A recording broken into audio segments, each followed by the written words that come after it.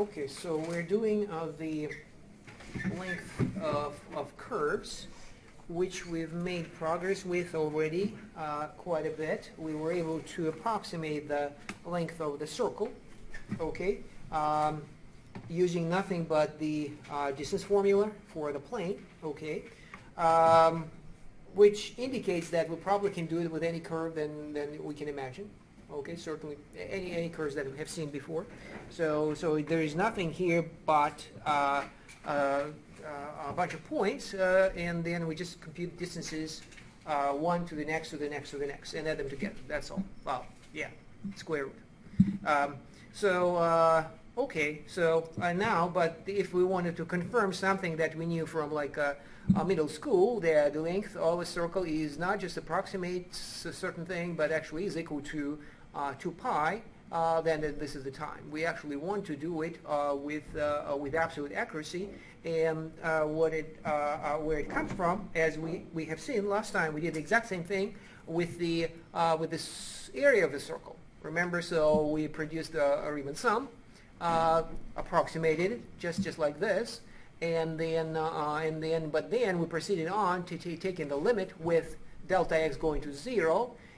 Which gave us an integral. We evaluated that integral made based on methods that we have learned recently or even before, and then that gave us the exact answer: pi squared pi r squared. Okay, so this is exactly the same situation. The only challenge here is, as we're going to see shortly, is that is here. This does not look like a Riemann sum so far. Okay. So remember, when we were talking about the area of a circle, it was by design a Riemann sum. Riemann sums were designed as approximating area, so it was always width times height. And here, look at this formula. It has nothing to do. There is no width. Actually, the width is right there in the width of the this is the width where I'm talking about, and that width is visible, but it's not where you want to have it, at least not so far. So this is the you can call it delta x, you can call it h, if you want to keep it simple, the increment of x. Okay, and then you see where it is located in a place altogether inconvenient. So that's the formula I'm using, which is exactly the same formula that we use here. So let me click here, highlight again. As you can see, if you look at this formula, so once again, the difference of the x value squared plus the difference of the y value squared, square root. Okay, the distance formula dimension 2. And we are doing the exact same thing right here. That's the formula at the bottom is it. It's just more algebraic, written algebraically. That's the only difference. So, okay, so now the time is to take it to the next step. We take the total length of all of these edges will be the sum over k from 1 to n. So n intervals on the x-axis, so n of them.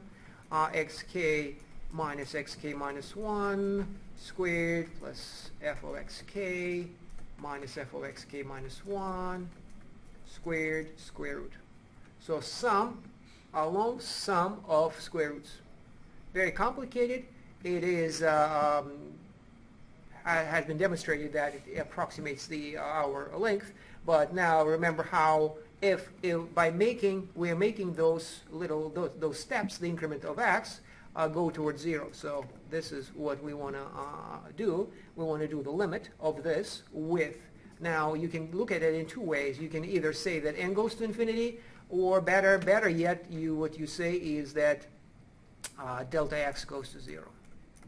Okay, so once again, what is delta x? It is simply xk minus xk minus 1, the increment right there at the top. That's delta x. Okay, so we're making them more and more of them. N goes to infinity. So if this goes to 0, it might be equal to b minus a over n. So as this thing goes to 0 and goes to infinity, so inevitably what we're facing is a limit, and not any kind of those nice limits that you saw early in Calculus 1. This is a complicated limit because there is no explicit formula for the function we're looking at.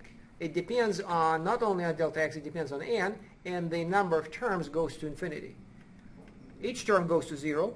So well, you remember, each term is simply that distance between two consecutive points. Under this limit, they shrink towards 0, but the number of elements goes to infinity. So that is the challenge. So there are ways around it, but we will be looking for ways to to recognize here a Riemann sum. So where is a Riemann sum? So that is the formula, and we would like to convert it into a Riemann sum, so that its limit is Riemann integral, and then we evaluate that Riemann integral. Unfortunately, this does not look like a Riemann sum at all. So to make sure that you can see that what the problem is, let me write a Riemann sum of some function g. Okay, so this is what a Riemann sum of a function g looks like. So this part is the same, that part is the same.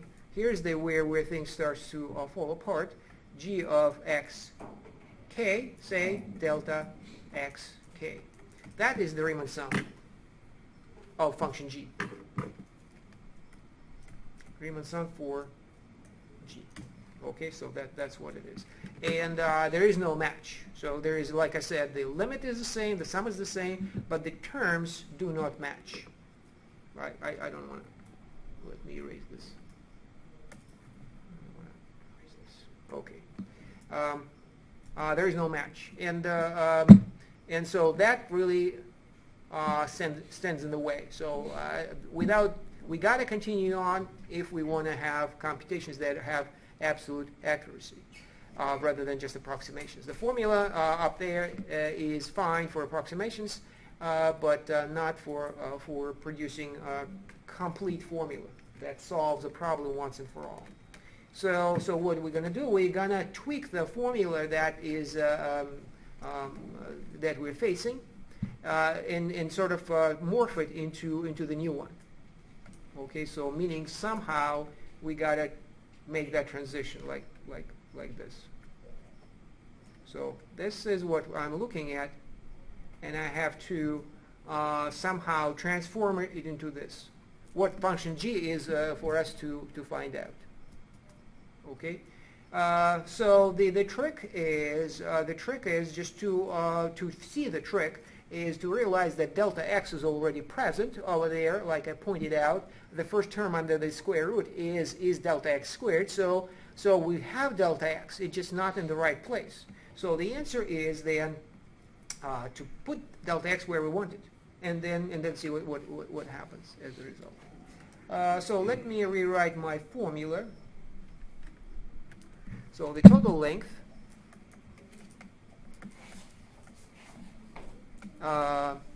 is the sum, okay, from 1 to n, delta x plus squared plus f of x plus delta x minus f of x squared. Once again, the difference of two y's, consecutive values of y, square root. Okay, so missing delta x here, I want to have a delta x here, and I don't have it. So I just will, by my own will, I put it there because I want to. So like this. You may have seen this trick a few times. Have you? So some for algebraic manipulations, rather than trying to work in the dark, but rather you make it so you want to have delta x, make it so, and then just try to simplify what you have. So I already have a delta x. I have delta x that you have to have in the Riemann sum, and I'll just manipulate the formula in order to turn it into something manageable. Okay, so what I'm going to do, I'm going to keep the numerator because it's exactly what we want to have. So I'll keep this delta x here, but the other delta x I'm going to bring into the inside of the square root. So I still have my summation, and I will. This is what I'm going to do. I'll use what I have under the square root right now will become a fraction. So it will be delta x squared plus f of x plus delta x minus f of x squared, and delta x is my denominator squared, right? So that delta x over here made its way here. So that's why I had to square it, because it's inside the square root. So at this point we gotta keep working, because once again the Riemann sum, we achieved something to have a Riemann sum that at the bottom we have delta x now, but on the other hand we should not have delta x for function g. So far it's unclear what function g is. Okay, and I just simplify. I can go on and divide. Okay, so I'm going to have 1 plus whatever is left of this fraction. I'll have f of x plus delta x minus f of x over delta x squared. Delta x.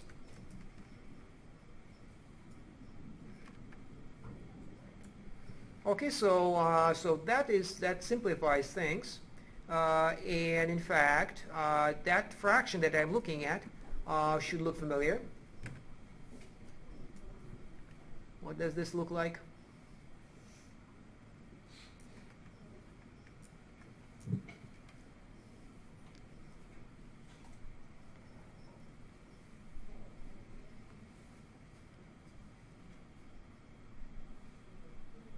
The denominator is the increment of x.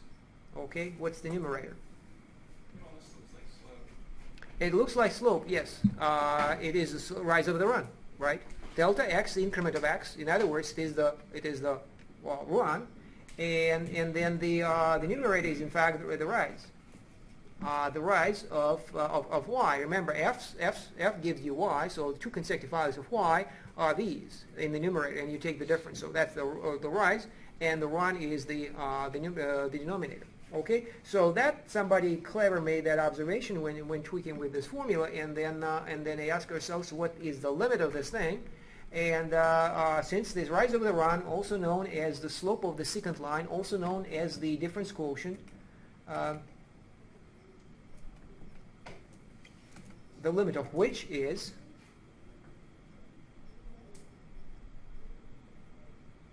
if delta x goes to 0, where does this thing go, that fraction over there?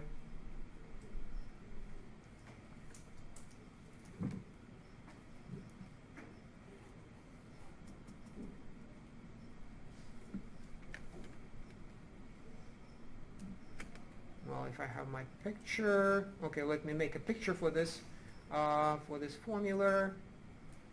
This is delta x over here, the denominator. This is the numerator, f of x plus delta x. This is x plus delta x, minus f of x. Okay, so that is the, like I said, rise over the run. 1 is here, rise is there. Okay, it is the slope of what? Of this line.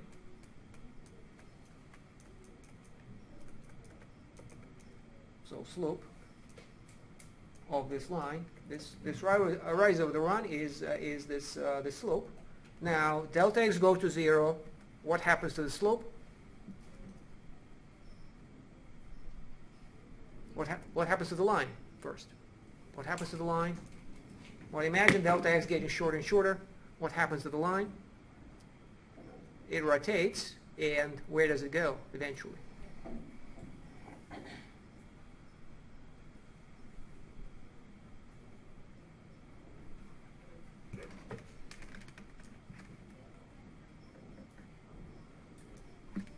I probably should emphasize that we are talking about a point here somewhere.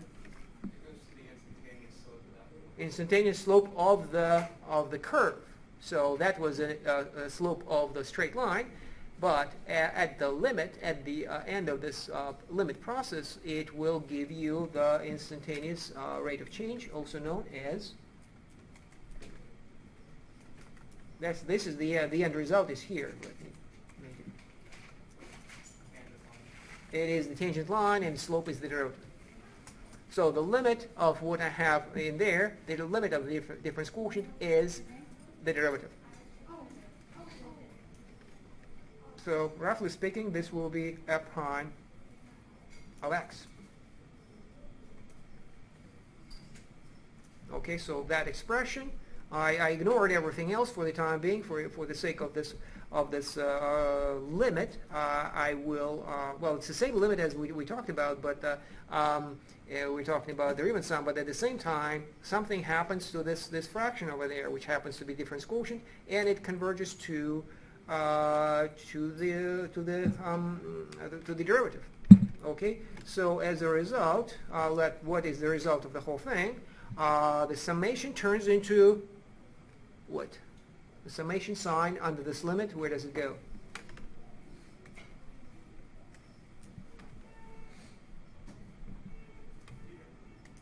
Riemann sum turns into the Riemann integral. Okay, so that expression I keep 1 plus the square of the derivative, and delta x turns into dx. Okay, so this is the construction of the Riemann sum, Riemann integral from the Riemann sum under the limit, which is where Riemann integral comes from. So that's the end of calculus 1. And the challenge is really not that we did it a couple of times, but the challenge is actually the discovering the derivative where it was not entirely visible. So if you once again take a look at the original formula at the top, it was still not obvious. Maybe in retrospect you can realize that, well, the derivative was actually there because we were talking about the segment that's said like this between two consecutive points, and we're looking at this length, and then that length certainly depends on the slope of that line. Okay, and then once you start thinking about the slope, you realize that there must be a derivative somewhere. It is interesting that the function itself has disappeared from the formula. So it seems that the length of the curve, which is this, should depend on the function, but it does not depend on the function, it depends on its derivative. How can you explain that? It went down one dimension. Like it went from like the 2D plane to a 1D plane. So you're not just looking at the area, you're looking at the length. We're not looking at the area at all, right? So it turns out that the area with the length that we're looking for is in fact, well, okay, I see what you're saying. It went down in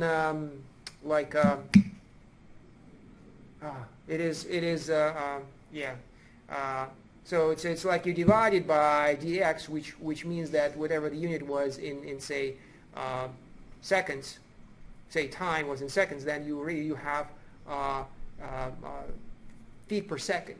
Okay, so and that's how the derivative has appeared here. But I was actually referring to a more mathematical point of view, and that is the two functions will have the same length if they have the same derivative. Look at the formula. So the length of the curve is given by this formula. Okay, so once again, the length of what? Of y equal f of x. And turns out that the function itself, f, does not appear only its derivative, which means that if you have two functions with the same derivative, they will have the same length. Can you explain that?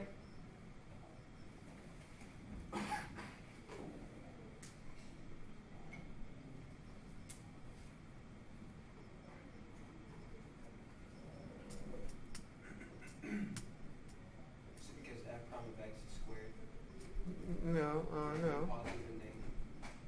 Okay, so it is you have to go back to calculus 1 probably and remember what can you say about two functions that have the same derivative? Two functions have the same derivative. What does it tell you about the two functions?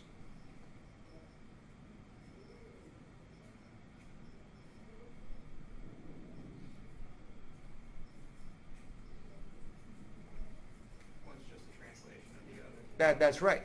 The graph of one will be just a translation of the other, which means that, no surprise, they should have the same length. It doesn't matter here or there. If the shape is exactly the same, they will have the same length, right?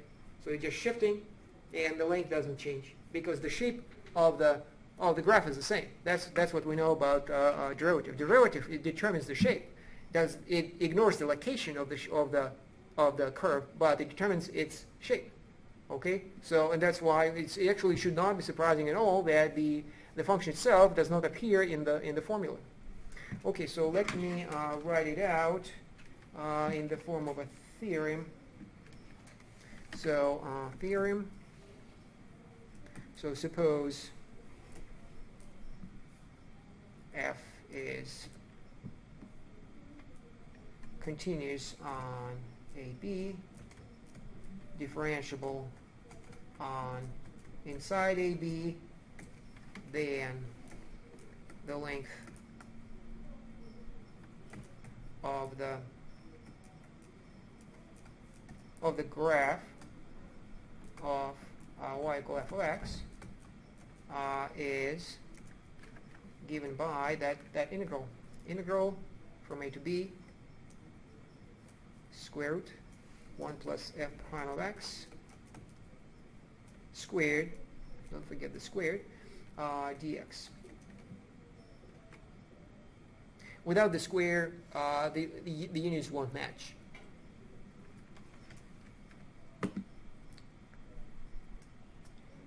Okay, so this is a theorem, but it is also the definition.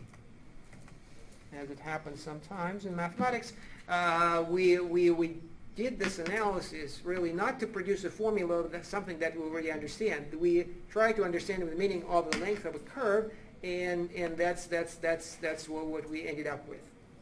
Okay, so you start with your understanding of lengths of straight edges, straight lines. Okay, so that all you need is that formula, distance formula, and nothing else is really available to us. And then we ask ourselves, what is the meaning of a curve, of length of a curve? And then we use that same idea as for areas. You approximate that whatever you're trying to figure out something curved, you approximate it with little straight edges or those bars if it's about the areas, and then take the limit. Okay. Fortunately, that limit not only makes sense, it also makes sense as an integral, and that's why at the end we define it as such. But the definition of the length of a curve would be probably as where is the definition? Probably would be this.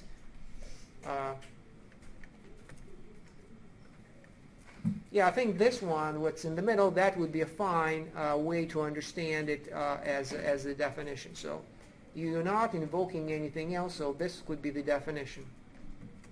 Definition of length. What is the length? It is the limit of the straight edge approximations of that curve. Okay, so that is the starting point.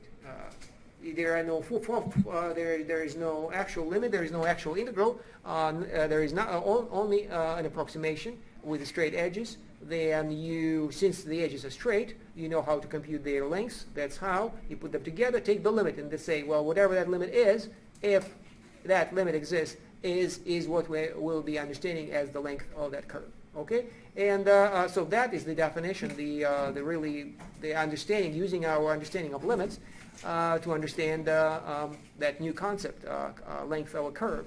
And then what follows is, in a way, is further progress in that direction, and which is, well, turns out we can actually shorten, make our life easier, because we converted that complex limit to something manageable and familiar, a Riemann integral, this one.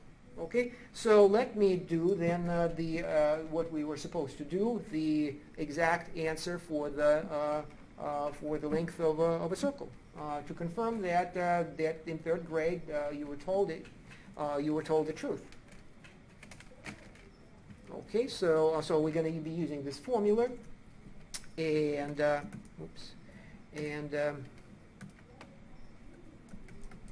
half a circle. Okay, so so once again, we're facing the same problem as before. With the areas, we cannot have the whole circle.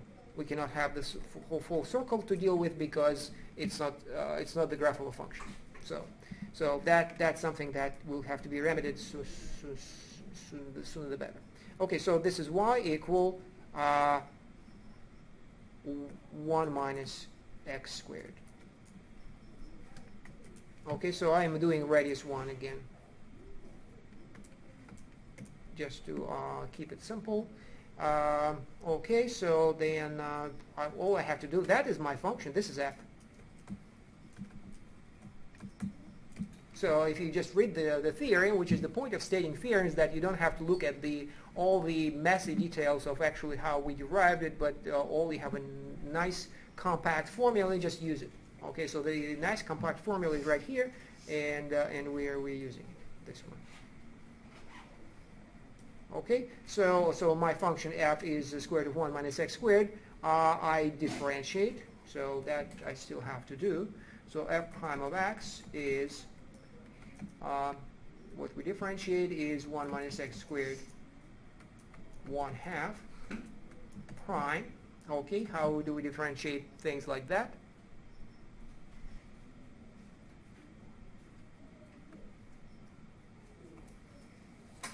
What is the method of differentiation when you see a bunch of parentheses?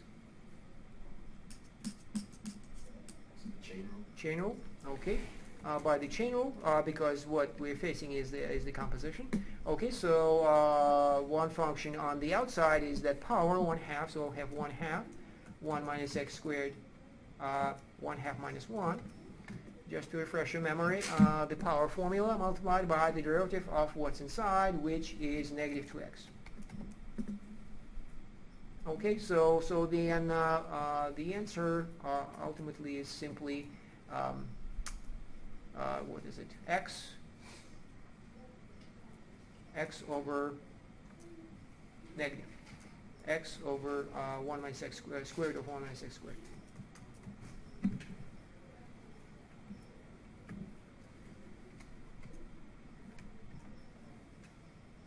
Okay, so that is my derivative.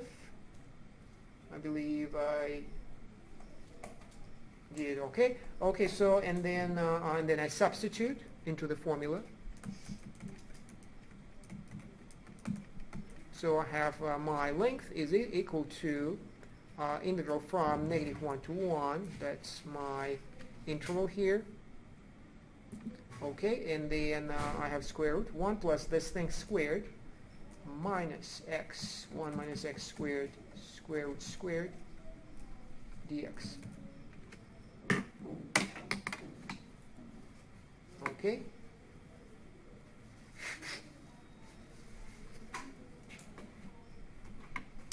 And well, fortunately, the square root and square will just cancel out. So it will be 1 plus x squared, 1 minus x squared.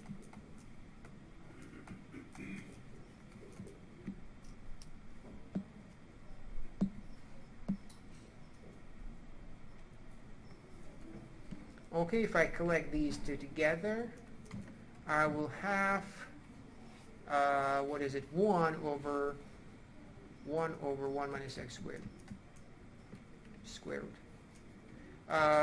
This one,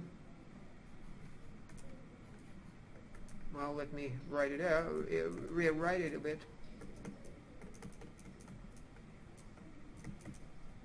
So I just ask you to tell me how we integrate it. Rather, what's the method?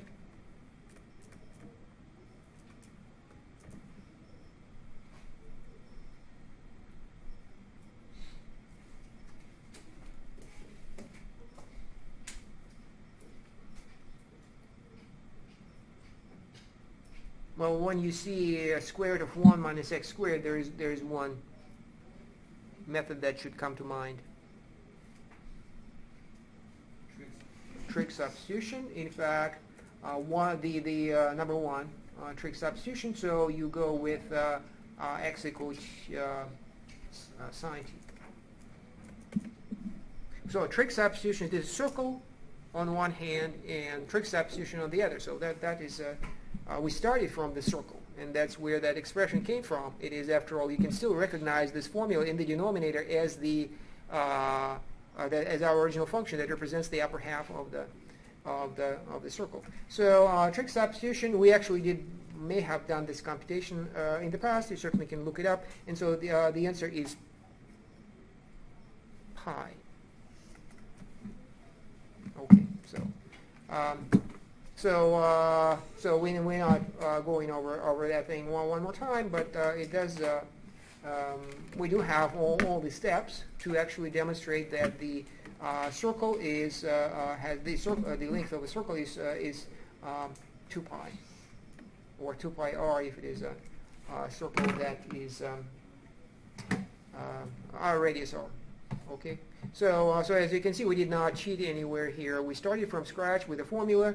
We used we found the formula for the length first. Then we used a specific f representing half the circle, and we only glided over the trig substitution part. Okay.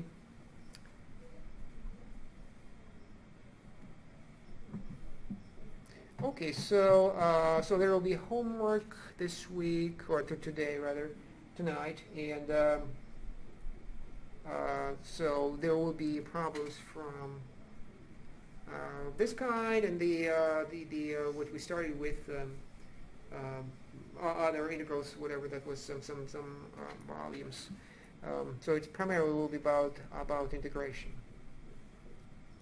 Okay, so this is all geometry. Well, the other topic was the three-dimensional Euclidean space, so that might also come up.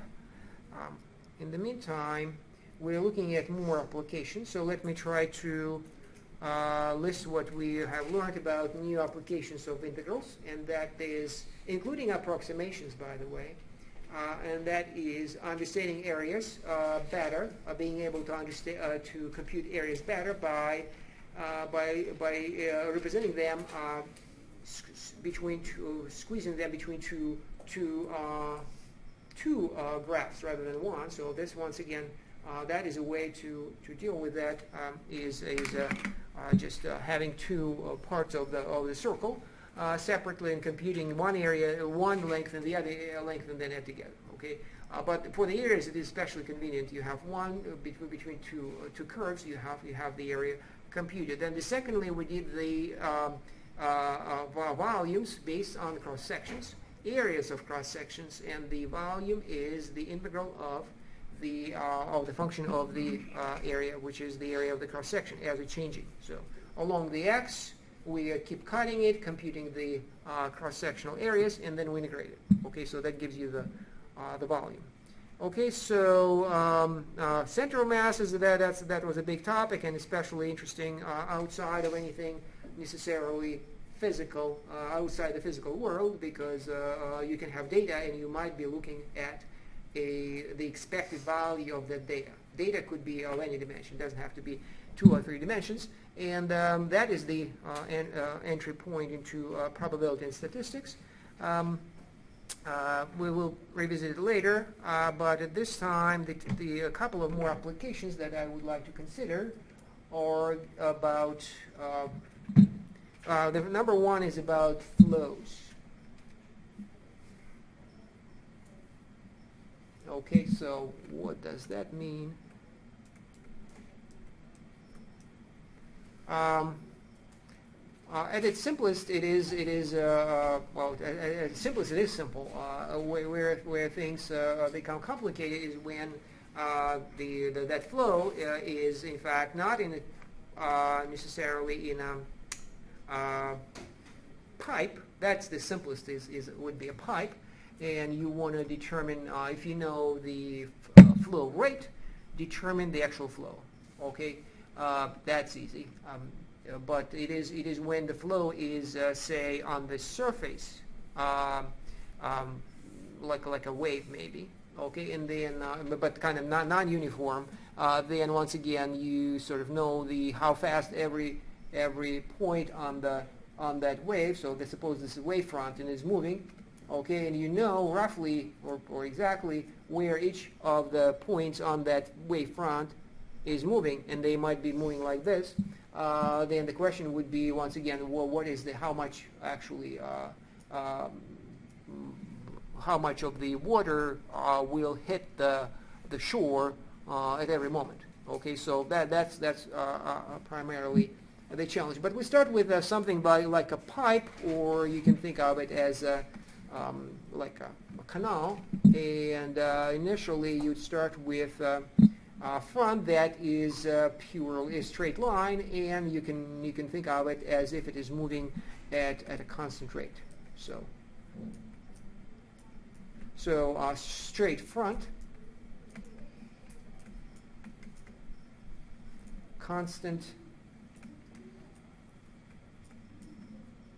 rate. Okay, so the way I put it there is exactly what I meant to, the way I meant to do it, what I wrote then in words. So front of a wave, or it's not necessarily a wave. You can like put it just any way to detect how much water is crossing a particular location, and then when you record it, and that's what you discover. So every point across the this canal. So suppose this is the shore, and that is the shore, and then we have water here. Whatever water past that red front, we don't know, but at the front we are detecting how much of the water is passing. Okay, so per unit of time. So that's what constant rate of flow. Okay, so for example, you can have I don't know, 10 cubic feet per second. Okay, so that is the if you look at the whole thing, then what is the total?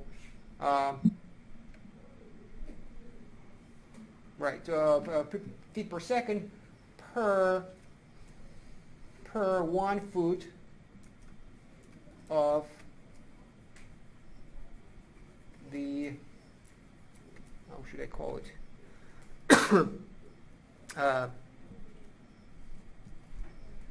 Of the cross section, I suppose. So that red line here is the cross section of our flow, and once again, how we can study it. We can split it into smaller pieces, okay, and then it's like a little gate here, and we just measure somehow the amount of water passing through that little gate, and that could be something like that. Once again, suppose we did that measurement and we discovered the same thing happening in each gate, and the answer is 10 feet per second. And we're assuming that every they have equal lengths of those gates. Okay, so what is the total flow or flux? So in other words, per unit of time per second. So how much water? How much water has crossed this line? Once again, per unit of time. So we know we don't really want to deal with time here. We have enough parameters here to worry about. So we suppose that the unit of time is fixed, and all rates that we have available are in fact relative to that one particular period of time. Okay, so how much water has crossed this line? How much?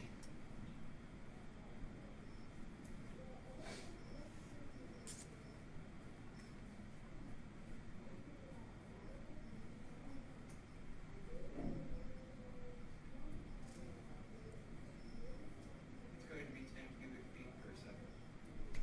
10 cubic feet per second in each gate. So altogether,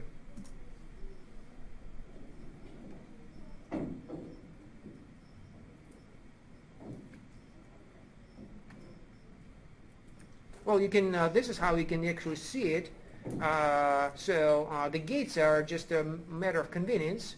what I'm looking at is so this is my front, and then every particle, molecule of water has moved forward by a particular distance, and that would be 10 feet.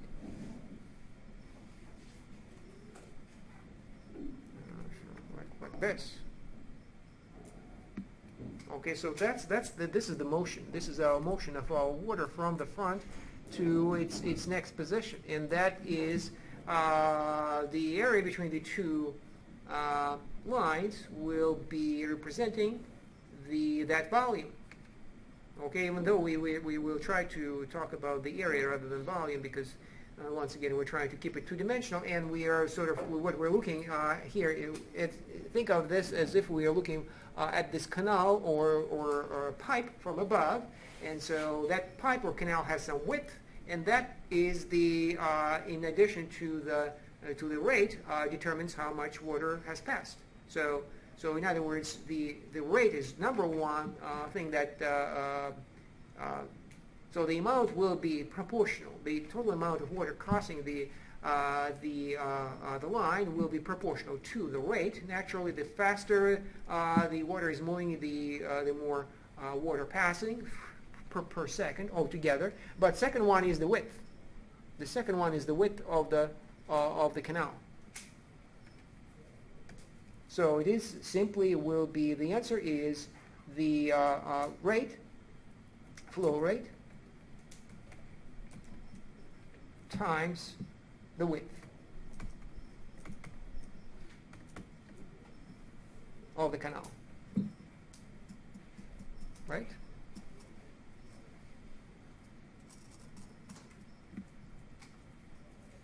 So like I said here, 10 cubic feet per foot of the cross section. So if you have, for example, if that every gate over there is 1 foot wide, then you have seven gates, and you have then 70 cubic feet of water would cross the line, right?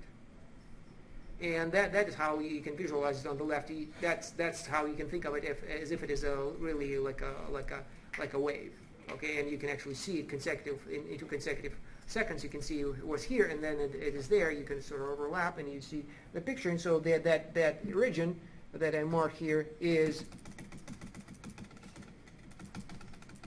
so that's the rate. That is the amount between the two lines is the how much water has progressed and how much water has crossed the red line, right? Because whatever is in front of the purple line was in front of the red line 1 second ago, and whatever is right now below the red line, it was well, it has not crossed it. Okay, so anyway, so that's a rough idea. Width and say V. I'm using V because to refer to, you can refer to volume, I suppose, but you can also think of it as a velocity.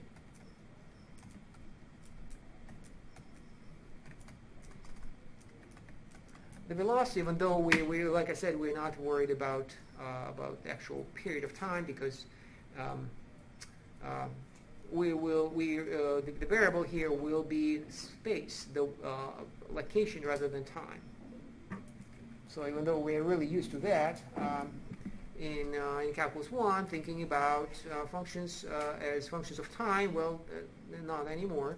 As you can see, the variable will be the width, and what I'm talking about is what if now there is a variability of the rate through this pipe, especially if you think about as a to make it plausible, you can think about having if it is a pipe, it is likely to move faster in the middle than on the side, right? So due to say friction. Okay, so you might have low rate here, and then it gets faster as you move away from the side, from the wall of the pipe. Okay, and in the middle they are going the fastest. Okay, so okay, and the question is the same. So like I said, the idea still applies. You think of it as if there is a little gate, and in each gate separately you measure how fast the water is crossing that gate, and you record it maybe in this way as I did, indicating the magnitude of that. Even though the direction is the same, naturally goes forward. However, the magnitude of that velocity, in other words, the speed, is different. And then what is the question? Then what is the total flow that has crossed this line in 1 second? Okay. Well, so what do we do?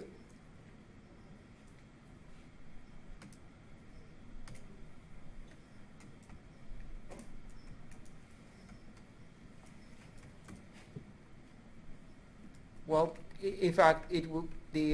What's happening is the exact same thing. Well, the similar thing happens at every gate, just at different rate. So what you can do is just to look at the how much water has passed through each gate, and then add them together. So the total flow is the sum of the total flows in the gates, in the totality of the gates. Okay, so in this particular case, I have those 8 arrows. So all I have to do is just to add those 2 arrows, but keeping in mind the width. So I don't expect necessarily that those gates have different width, but I certainly might change the I might change the width if I want to have more gates. Okay, so in other words, that last quantity, the total flow through a given gate follows that formula right above. So it will be the flow that we have detected multiplied by the width of the gate. Okay, so sum, and I have here what? V sub k times W sub k. What I'm talking about here, so n gates with widths Wk, velocities of the flow V sub k. Okay, so once again, this is V1, V2, V3, V4, and then there are gates here somewhere, maybe. This is W1, and then this is W2, W3. So hypothetically, those gates could be different widths, and then even though the arrow is longer, it does not necessarily mean that there is more water passing through, because if the width is higher, then you can still have higher amount of water crossing. Okay, so that formula that we have here is applicable one gate at a time, and then we just put these two together. Okay, so as you can see, velocity multiplied by the width of the gate, added together, that's the total flow. We just recognize, what do we recognize this as? Width. Well, we'll just look at the picture. I'm multiplying these green widths by those blue heights. What is it?